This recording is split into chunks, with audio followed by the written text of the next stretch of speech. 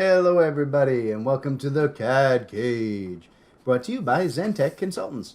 In the CAD Cage, we put two CAD systems side by side to test an important design function, and we see if one or the other is better, worse, or if they're just a wash. All right, so let's get started with today's competitors. All right, traditional AutoCAD versus up-and-coming BricsCAD. And today I want to test the process of working with three-dimensional Revit based files inside of a 2D CAD system. Now, you got to imagine with this one, right, that AutoCAD has to have the advantage here, right? Autodesk creates both AutoCAD and Revit. You would think hands down, not a problem. Now, usually I go through the test part of this before I give you guys a winner. And I'm going to tell you a big surprise right up front. BricsCAD wins this one hands down for a very simple reason. Do you know the one thing that AutoCAD can't do? It can't open Revit files. It cannot in any way directly open or import an RVT file. If you want to work with Revit files inside of AutoCAD, you actually have to go into Revit, export the drawing as a DWG, and then open it up inside of AutoCAD to do even basic editing. And it's very, very limited what you can do versus BricsCAD, on the other hand, right, can actually open and work with either as an open or an import Revit files. So like I said, so here we got AutoCAD on the left and we've got BricsCAD on the right. And what I'm going to do here real quick is I'm just going to go ahead and I'm going to start with BricsCAD today. Because like I said, I can't open a Revit file in AutoCAD, but I can in BricsCAD. I can either go in and I can go to the basic, open feature, and you see that here I can actually use standard Revit RVT files and open them inside of BricsCAD. Or what I'm going to do here is I'm just going to go ahead and I'm going to go to File, Import, all right, so that I can work and take Revit data and bring it in. There's a standard Revit file. I'm just going to import it into my open DWG file. I just have a blank DWG. I'm just going to tell it bring in all of the data. And again, what I'm doing right now is working just basic standard BricsCAD Pro. Nothing too dramatic or crazy about what I'm doing here. Right?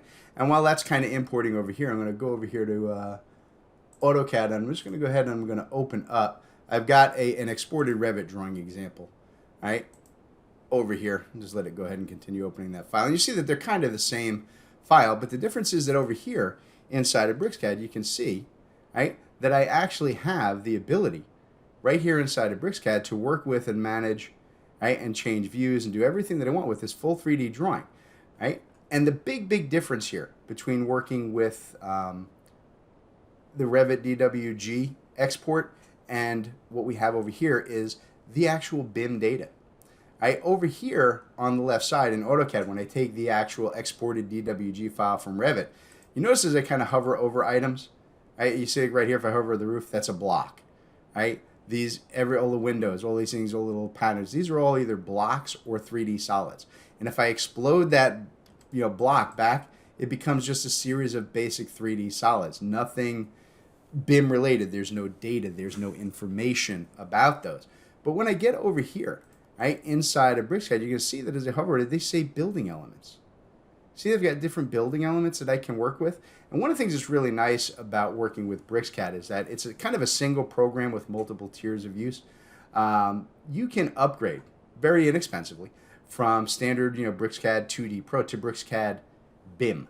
Right? And BricsCAD BIM, which I do have on this system, BricsCAD BIM gives you the full capacity to handle and work with and edit all of the building information modeling and 3D stuff that you're going to work with. I'm just going to kind of maximize this up for a minute. Right, just to kind of show you that I can very, very easily go over here. See, right now I'm on kind of the drafting tab, but I can switch into the BIM modules. Right, and with the BIM modules, one of the things that I get when I make that shift, right, just to show you that what I brought in, and I'm still working in a standard, right, DWG file here. It's nothing big, nothing dramatic going on in that case. Right? Oops, sorry. Minimize that, didn't mean to. Somehow I switched over to AutoCAD there. I don't know what just happened. Instead of my BricsCAD. I don't know exactly where I lost it there on screen. Hold on. Oh, there it is. Okay, good. All right. So what I wanted to show you guys is that, this is, I've imported all that data, that BIM data from the Revit file here. I can go over to my structure setup, and you see that all of the building element, the building information data is all here. I can go into my building. I can go to a specific floor and say, hey, if I want to see, on the second floor here, I want to see all the columns.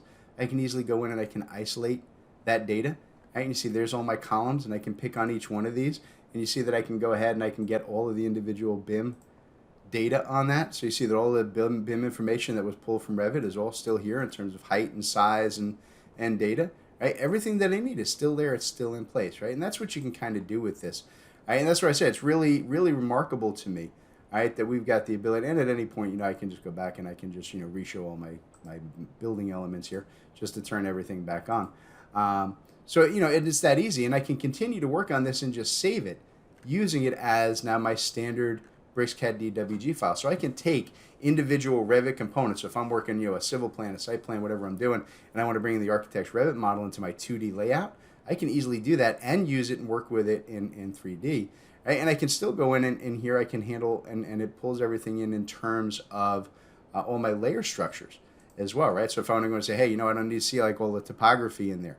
So I can just easily turn off all the topography and focus on just, you know, the individual building elements that I need to work with. Right? And when you're working with BricsCAD BIM, you have, and I'm not going to get into that today, but you do have a fully featured, full setup structure in terms of, you know, adding additional 3D modeling walls, structural steel components, everything you need under the sun. So you're really limited in that here. Inside of AutoCAD, all you really have to work with are basic 2D elements. No BIM data, no, you know, way to isolate, you know, all of those individual components and get their related building information model, you know, data. So surprisingly, I'm with you on this one. I really thought that AutoCAD was going to have an edge here, but flat out, hands down, winner in this CAD Cage battle is BricsCAD, which is the only one that can help you directly work with, import, and model anything coming out of Revit. So there you go, folks. We'll catch you next time on the CAD Cage.